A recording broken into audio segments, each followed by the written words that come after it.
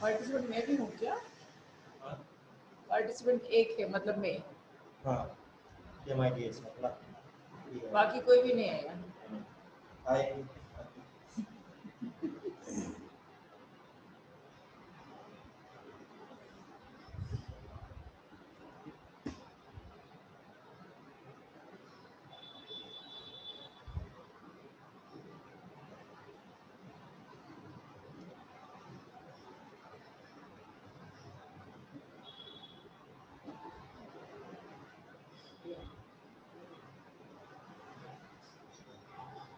Hello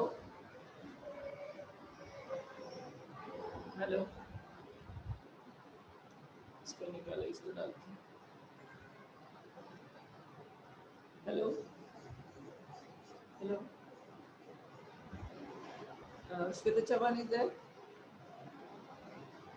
Hello. Yes, ma'am.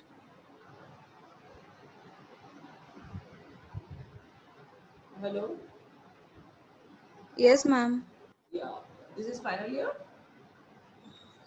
Yes, ma'am. Yeah. Final 1 and 2 both have joined?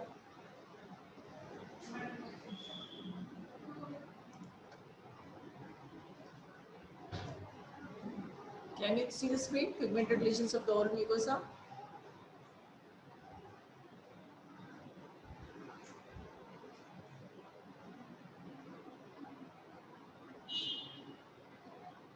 ज्यादा कितने लोग आए देखो? कितने लोग आए?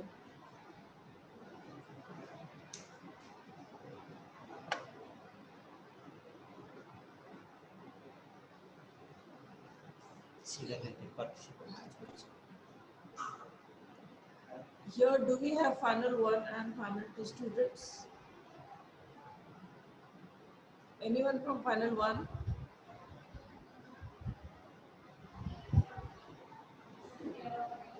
Anyone from final 2? Okay, today I'll be taking a new topic, that is pigmented lesions of the oral mucosa. Pigmentation is basically all I've studied regarding melanin pigmentation, but you will have the uh, other pigmentations also that I'll be covering in this class. Okay, coming to brown melanotic lesions, the brown colored one. They are known as there are different type of lesions. Apellus, oral melanotic macule, the same one. When it occurs in the skin, it's apellus, and when it occurs in the oral cavity, it's oral melanotic macule. Then we have the nevocellular nevus and blue nevus. Then you have malignant melanoma, that is a black one, brown and black. Then drug-induced melanosis, physiology pigmentation, capillate pigmentation, smokers melanosis, pigmented like in planus, endocrinopathy pigmentation, HIV oral melanosis, and Creutzfeldt's syndrome. Okay. Focal melanotic pigmentation. Focal means at one particular point of the body you have the pigmentation. It's not distributed throughout. It's not diffused. Okay, that is focal one. In that comes the freckle or the apherus. Freckle. You can see the dot like this one where it's showing the image. Yeah. Can you see this image? These are the freckles or the apherus. It is distributed only on the facial region, and this is the counterpart occurring in the oral cavity. Cutaneous freckle or apellus, it represents and this is basically black, that is due to the increase in the melanin pigment synthesis. Okay, on the skin, this can be can be due to the actinic exposure, that is the sun exposure. Okay, and basically here in this image also we can see that it is affecting the face region, the middle third face region, which is highly exposed to the sunlight. And these lesions usually are macular, that is they are flat, they are asymptomatic, they have uniform color throughout the lesion. They are small 1 to 3 mm, well circumscribed tan or brown color. These are the important points, whether it is flat or elevated, whether it's asymptomatic or symptomatic, what is the size, it is small, big, and how is the distribution of the melon? Is it uniform throughout the lesion, or is it change in color is there? Whether it's circumscribed or it is irregular. Okay, these are important features to differentiate it from benign into malignant one. And in the oral counterpart, you have the lower lip, the favored side, because of the this one sunlight exposure is a favored site. Aphilis are more abundant in number and they are darker during childhood and adolescence. Freckles are darker during prolonged sun exposure, and when winter comes, the same children will show less intense freckles on the skin. Okay. So here you can see the dot-like appearance on the mid-facial region and on the lower lip. Okay, that is because of the actinic exposure. They are brown colored, uniform. The brown colored uniform 1 to 3 mm in size, ranging well circumscribed uh, brown color. Okay. Coming to the oral or labial melanotic macule. Again, it's a macule, it's a flat one. It is unique, benign, pigmented lesion. The most common oral lesions. Okay. Trauma is postulated to play a role in this labial melanotic macule. Frequently in females, usual lip and gingiva are affected. These macules are small, they are less than a centimeter, they are well circumscribed, oval or irregular in outline, and they are uniformly pigmented. Okay, uniformly pigmentation is also one of the main criteria to say it has benign one. If in one small lesion, if you find dark melanin pigmentation, light one, and in the white color, there is change that suggests that it is going for a plasmatic change. Okay, differential diagnosis include malignant melanoma, amalgam tattoo, or focal ecchymosis, that is focal bleeding spot. Coming to oral melanoacanthoma. Oral melanoacanthoma, again, OMA is a disease of benign lesion. It is usual benign melanocytic lesion. Most patients report a rapid onset. Is an acute trauma or a chronic irritation precedes the approach of the lesion. It presents as a rapidly enlarging, ill-defined, darkly pigmented macular or a plaque-like lesion. Third or fourth decade can be affected, the most common one. They are asymptomatic and any mucosal sites can be involved. Buccal mucosa is the most common one. They can be small and localized. Later they become into large diffuse areas. The borders then turn into irregular. The pigmentation may not be uniform. I said somewhere it could be dark, somewhere it could be light, or somewhere it could be a melanosis type. Coming to melanocytic nevi. What are nevi? You can see those black spots so big with one. They are the nevi. Okay, they are common occurrence. Lesion are Lesions are usually asymptomatic and present as small, less than a centimeter, solitary, brown, black, blue, well circumscribed. It could be a nodule or a macule. Sometimes we find even a hair coming out from that, protruding from that. They are nevi. Okay. Once lesion reaches a definite size, growth tends to cease and they remain static indefinitely. They develop at any age, but they mostly occur at the age of 30. Hard palate intraorally, hard palate is a common site followed by buccal, labial mucosa, and then the gingiva. Nevi are due to benign proliferation of melanocytes. What other lesions I said, aphilas, freckle, macules, and all those, they are not due to proliferations of melanocytes. That is because of the increase in the melanin synthesis. But these nevi are due to proliferations of melanocytes. What happens exactly here? How does the proliferations of melanocytes take place? In the evolutionary stages, these nevi cells maintain their localization to the basal cell layer, residing at the junction of epithelium and basement membrane and the underlying connective tissue. So they are there. These then these junctional nevi, they are at the junction, right? They usually are small, they are less than 5 mm, macular or non-palpable and tan to prominent color. Over time, what happens? These clustered melanocytes, they proliferate and then they go down into the connective tissue as nests, and some are at the mucosal submucosal junction. These are known as compound nevi and they are a bit dome shaped. Okay, as the lesion matures, nevi cells they completely lose their association with the epithelial layer and get submerged within the submucosal tissue. That is known as intramucosal nevi. These are the types of nevi you can see here. They are flat on the palate or on the gingiva.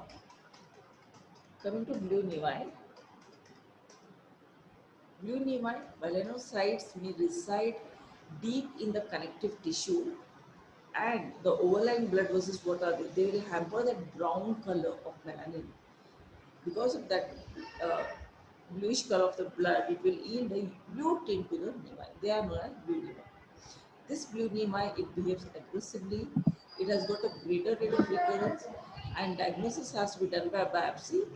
And if you want to excise it, it should be done by conservative surgical excision. Now I said you about how the nevi cells proliferate. Now moving on to malignant melanoma, some things apply from there to here also.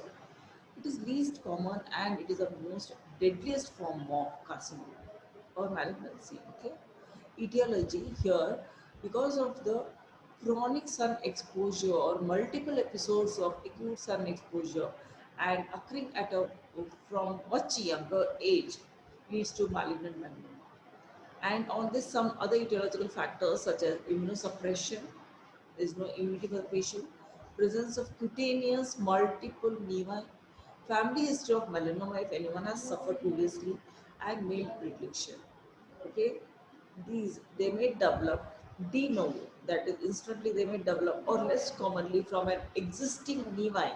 A nevi is already existing, and suddenly it will show the spot in growth or change in the color or irregular borders. Okay, or they could not be any nevi, and suddenly it starts as pigmentation occurring, the tuberfactions and all those. You have A, B, C, D, E criteria. A stands for asymmetry, that is the border asymmetry.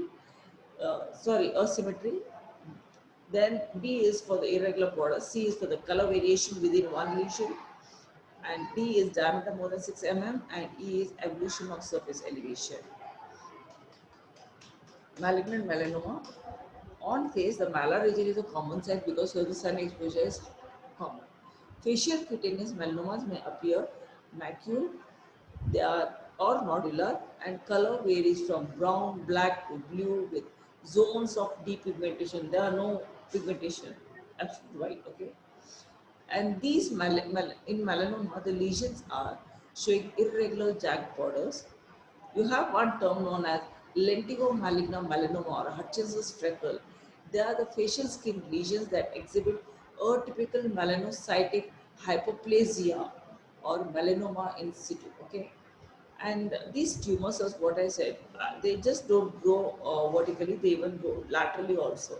The one where the tumor cells spread laterally is known as a radial growth phase, and when they go vertically, it is a vertical growth phase. Okay. Then you have four main clinicopathologic subtypes. You have superficial spreading melanoma, lentigo-maligna melanoma, acral lentiginous melanoma, and nodular melanoma. In the first three types, that is superficial, lentigo, and the acral one, initial growth is characterized by radial extension of the tumor cells. One thing I will tell you, wherever you have the lateral growth or the radial growth, they are flat lesions. Where you have the vertical growth, they will have nodular or the tubifactive lesions of the melanoma you can see. Okay, and the vertical one will show more of carcinomatous changes. Melanoma occur on anterior label gingiva and anterior aspect of the heart palate. In early stages, these are always in carcinoma. What happens? First, these melanomas are flat, they are uniformly pigmented, they have very regular borders, there is no change in the color variation within a single lesion. Making as the growth phase changes, as the carcinomatous cell comes into play, they have the jagged borders, there's a asymmetry of both the sides, there's color variation, there could be tumefaction because of the increase in the number of cells and growing vertically. In early stages, they are macular brown black plaques with irregular outline. They may be focal or diffuse and mosaic pattern. Eventually, they become more diffuse here, there, and everywhere. They become nodular and tuberfactive with foci of hypo and hyperpigmentation or change in the color variations. Okay. Radial growth pattern melanoma are macular. As I said, the lateral one or the radial growth, they are macular, they're flat. Once they start growing vertically, they show tumefactions. Vertical growth phase melanoma show tumefactions. Treatment is excision with wide margins. It's not conservative, it's wide margin excision. Okay? Are you people understanding? Anyone here? Yes, ma'am. Yeah. microscopic findings in this melanoma. You should mention the tumor thickness, the level of ulceration, invasions. Okay, coming to the breast log tumor thickness, microscopic findings under these headings they will do. I'm not going into very much details of this.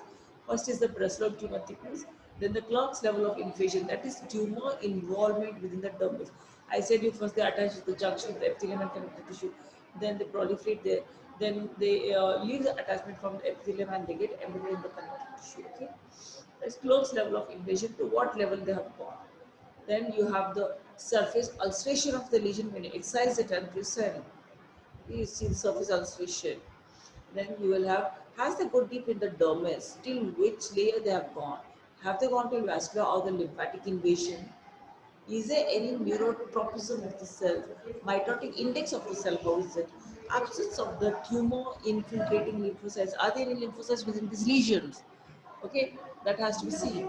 Additionally, all the case history, that is the tumor site, the age above 60 years, male patient, regional or distant metastasis, they are indicative of poor prognosis of this. Okay.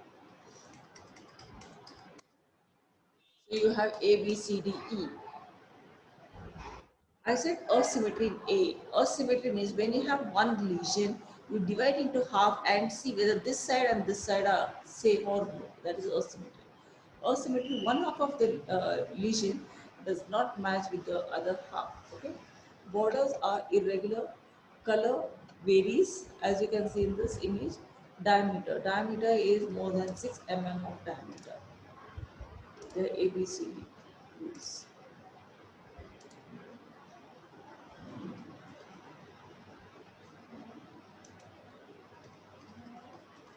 Coming to oral melanoma, may develop at any age. Mostly they present over the age of 50 years. Okay. Any mucosal site may be involved, palate being the most common. Maxillary gingiva is the second most common. They present as macular, plaque-like or mass-forming, well circumscribed, irregular or and exhibit focal or diffuse areas of brown, blue, black pigmentation. Okay, one-third cases shows a melanosis too. There is no malignant pigmentation there. Other features, it could be either ulceration over the lesion, pain, tooth mobility associated tooth, or spontaneous exfoliation, root resorption, bone loss, paresthesia, or anesthesia. Differential diagnosis is, here you can see the lesions. One, the first one shows the tumefaction. Tumefaction means the nodular growth. It means the tumor is having vertical growth phase. And second one is the macular one, flat one. It has a radial growth phase cells. Differential diagnosis is melanocytic nevus, oral melanotic macule, amalgam tattoo, vascular lesions, and soft tissue neoplasm. And these have got very poor prognosis, especially the nodular one. Coming to multifocal or diffuse pigmentation. Okay. Diffuse मतलब कौन से आता है, smokers melanosis आता है, then you have physiologic pigmentation. We know black people and Asians show diffuse melanosis of the patient, gingiva, the palate, tongue. Okay, lingual gingiva and tongue may exhibit multiple diffuse reticulate brown macules. Differential diagnosis idiopathic, or it could be drug induced, it could be smoking induced associated with endocrine material. This is disease. Treatment is gingivectomy or laser therapy has to be given. This is physiologic one. If you don't find any other change, this is the normal physiologic one what we see. Drug induced. Certain drugs are there which will cause oral pigmentation. Okay. A variety of drugs can induce oral pigmentation. They are large, it localized to hard palate, or it can be multifocal. Lesions are flat. There is no evidence of any nodularity or any swimming or any chemical actions. Okay. Quinolone, hydroxyquinolone, amodiaquine, antimalarials, cyclophosphamide, busulfan, and thiazidines are the indicated drugs. Minocycline, which is even now used for the treatment of acne, causes pigmentation. Oral contraceptives and pregnancy are also occasionally associated with hyperpigmentation of the facial skin, especially the periorbital and the perioral regions. Okay, the pigmentation occurs in the periorbital and the perioral. This is known as melasma or cholasma. Discoloration tends to fade within a few months after the drug is discontinued. Pigmentation associated with hormone therapy may tend to persist for longer period. It takes longer time to disappear. Coming to smokers melanosis, the smokers also, because of the heat generated that causes pigmentation. Diffuse melanosis of anterior facial, maxillary, mandibular, gingival, buccal mucosa, lateral tongue, palate and floor of the mouth will show melanosis. Melanin synthesis is stimulated by smoke products. Pigmented areas are brown, flat, irregular, or geographic or map-like. Alcohol is also associated with oral pigmentation. Posterior regions of the mouth, including the soft palate, is frequently pigmented in them. Diffuse or patchy melanosis is associated with OSMF also. When you come to familiar, clinics, okay, you can see that OSMF lichen planus, the healing lichen planus, is associated with patchy melanosis. This is the one here, melanosis you can see here on the anterior aspects because of the smoking. Okay.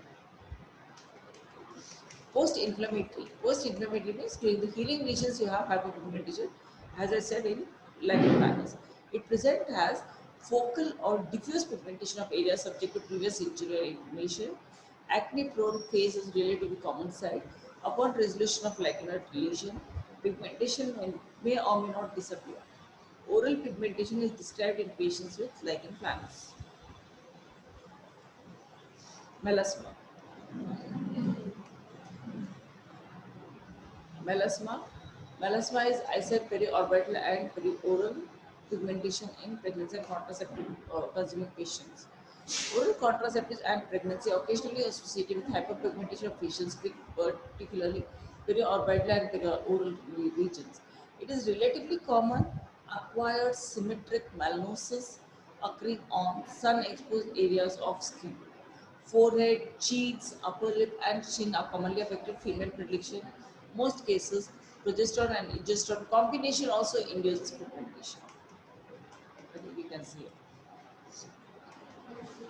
Melanosis associated with systemic or genetic disease. The systemic one, that is hypoadrenocorticism. Adrenal insufficiency, or also called as Addison's disease. It's a life-threatening one, as we all know. Etiologies: autoimmune disease, infectious agents, neoplasia, trauma, certain medications, or it could be androgen. This leads to adrenal destruction or an impairment of endogenous steroid production, causing decrease in the circulating corticosteroid level. Okay. As the steroid level decreases, what happens? We all know that there is a feedback mechanism. There is a compensatory activation of ACTH from the anterior pituitary gland. This ACTH then acts on the adrenal cortex. It helps it to produce steroid production, and as soon as this steroid production starts, the ACTH secretion stops. There is a feedback mechanism given. If the low steroid level persists for a long time, then this feedback mechanism is lost. Okay, continuously low steroid level leads to stoppage of the feedback mechanism to giving signals. Thereby, it inhibits the resulting in persistent secretion of ACTH in the serum. Concurrently, what happens? Alpha melanocyte stimulating hormone also increases in serum. Clinical features: Addison disease, we all know there's weakness, poor control, fatigue, depression, mucocutaneous hypopigmentation, generalized bronzing of the skin is seen, diffuse and patchy, melanosis of oral mucosa are the hallmarks. Diffuse hyperpigmentation is most commonly associated with chronic rather than acute onset.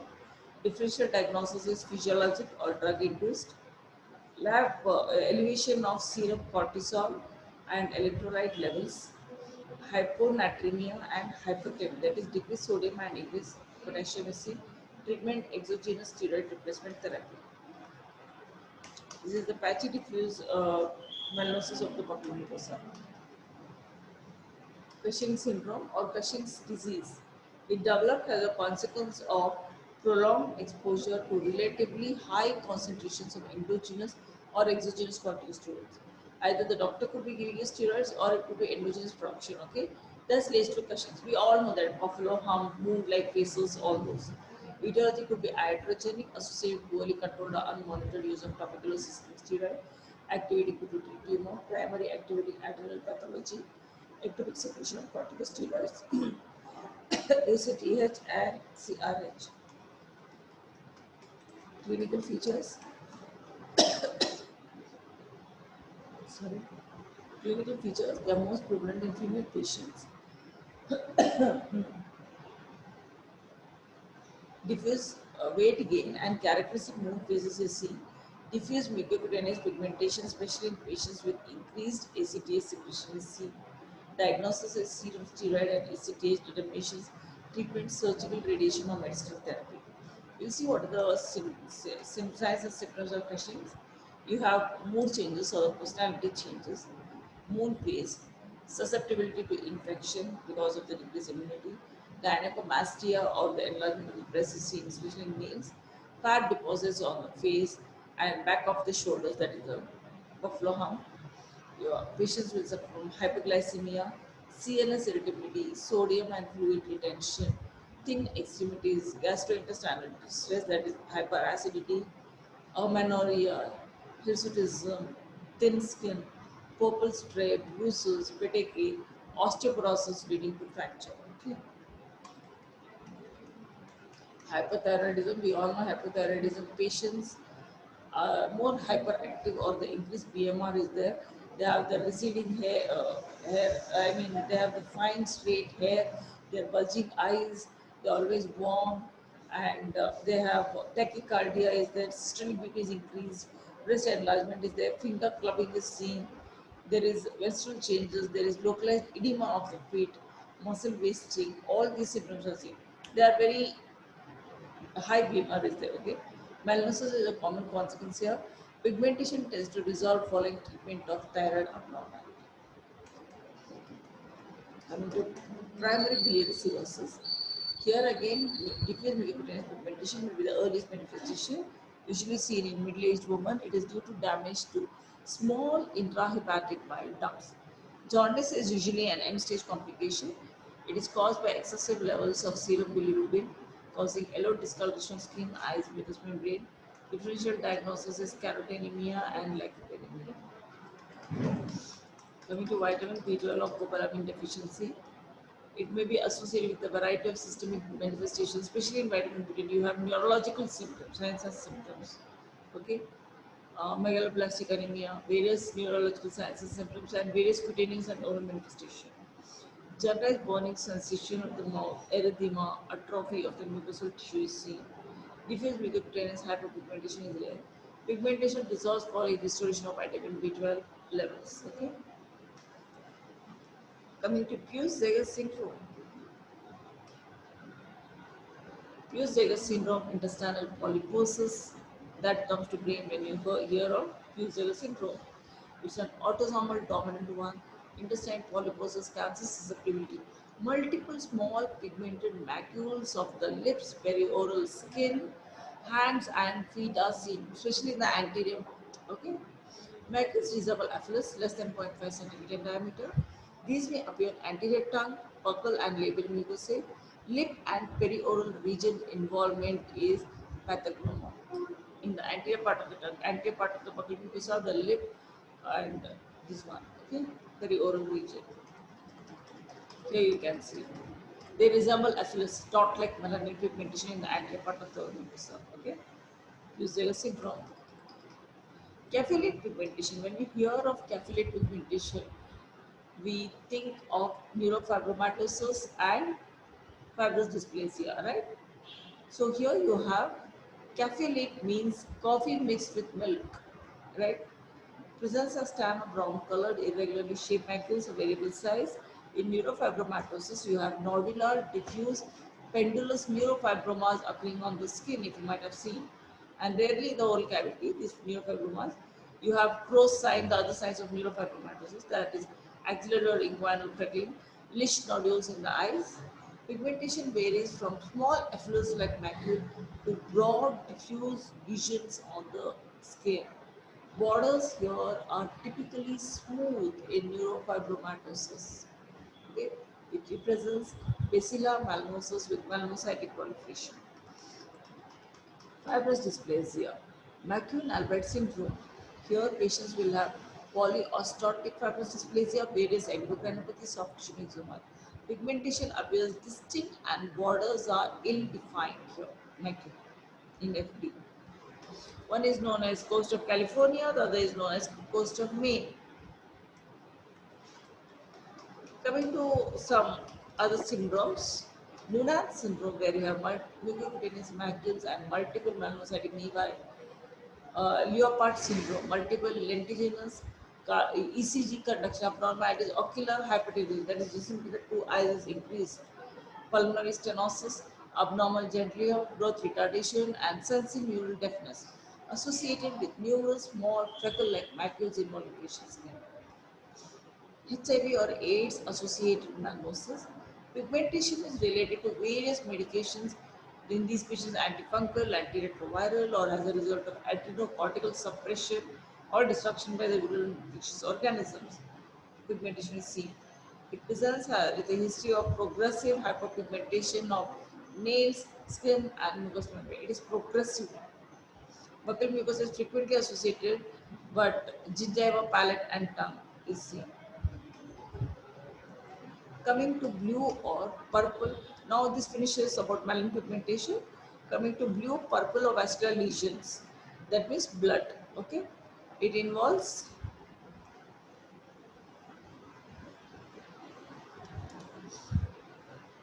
hemangioma, varix, angiosarcoma, Kaposi's sarcoma, hereditary hemorrhagic telangiectasias. Endogenous pigmentation, these are endogenous one. Okay, hemoglobin, this imparts red or blue color and represents lesions associated with vascular lesions. Hemosiderin, it appears brown and is due to extravasation of the blood. Hemochromatosis, this is generalized hemosiderin tissue deposition which is occurring as a result of pathologic states. Exogenous pigmentation, pigments are traumatically deposited in submucosa, and these pigments which are deposited, these get precipitated in areas of chronic inflammation. The exogenous one. Hemangioma. I'll finish with hemangioma today, okay? Hemangioma, these are vascular lesions. These presents have, these vascular channels, what they are proliferations of vascular channels, and they are tumor-like hematomas when they arise in childhood. You might have seen some patients go either red rehta hai ya haath pe red rehta, in one region bright red it will be, okay? They are in that particular site itself, these proliferations of vascular channels and a tumor-like hematomas. In adults, these benign vascular proliferations are called varicosities. Hemangiomas of childhood are found on skin, scalp, and within connective tissue of mucous membrane. The color depends on depth in the submucosa, reddish blue when close to the overlying epithelium, and deep blue if they are situated deep in the connective tissue. And this deep blue appears because of the overlying blood vessels which pass the reddish color. Intramuscular variety will not show any discoloration, they will be just enlargement like of the mucosa there. Shape, mostly these lesions are raised, nodular, some are flat, macular, diffuse, especially on the facial skin. Port wine stain on face can continue. These are called port wine stain. They can continue in macular fashion in the oral cavity, or they can be tumefactory. They can be tumor-like enlargement, or they can be flat in the oral mucosa when they continue from the face to the oral mucosa. Tongue. On the tongue, these hemangiomas will appear as multinodular and they're bluish red. The multinodularity here is response and diffuse. These tongue angiomas extend deeply between intrinsic muscles of the tongue. Lip angiomas, lesions are usually localized, blue and bruised. If these patients, along with the port wine stain, either it can involve the face and the mouth, or it can involve only the mouth, or it can involve only the face. Along with these port wine stain, if the patient also gives history of seizures, then it is known as encephalotrigeminal angiomatosis or Sturge-Weber syndrome.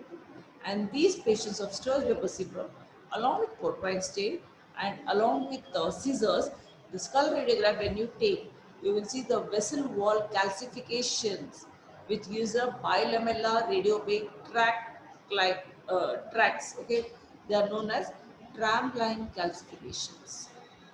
So Sturge-Weber syndrome, you have port wine stain, you have history of scissors and tramline calcifications. Coming to the hemodynamics. Hemodynamics means how is the blood flow in this tumor like hematomas, especially in the normally in uh, the vessels will run in a normal way. But here, what happens?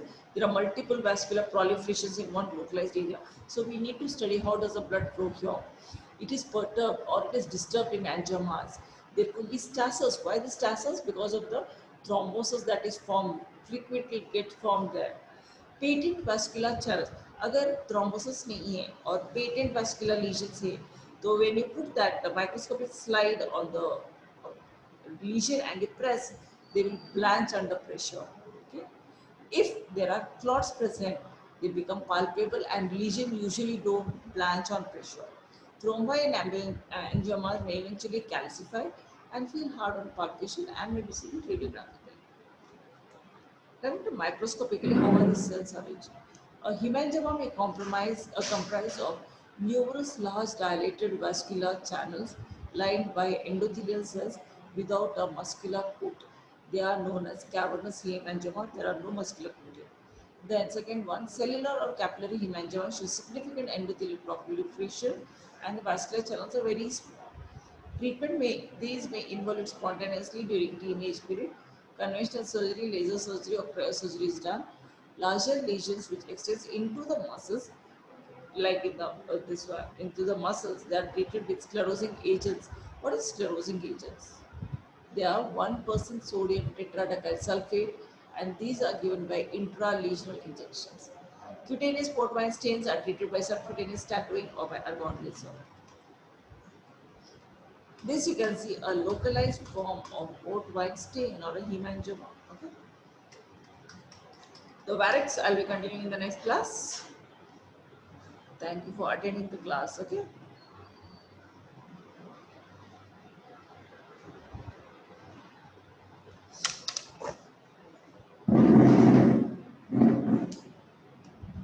Jadav.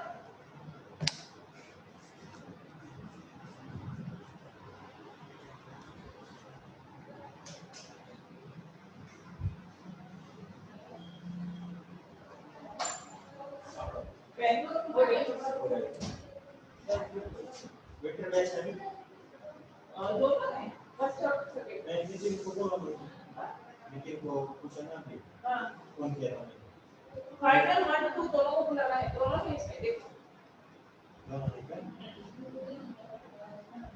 कभी भी only come to final year है साथ में third year का जो है 1 2 subject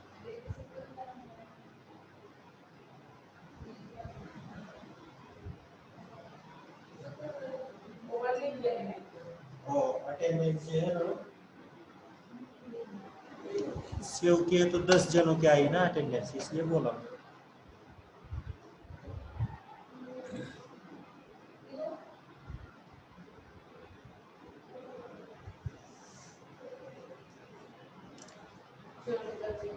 attendance दे दो हाँ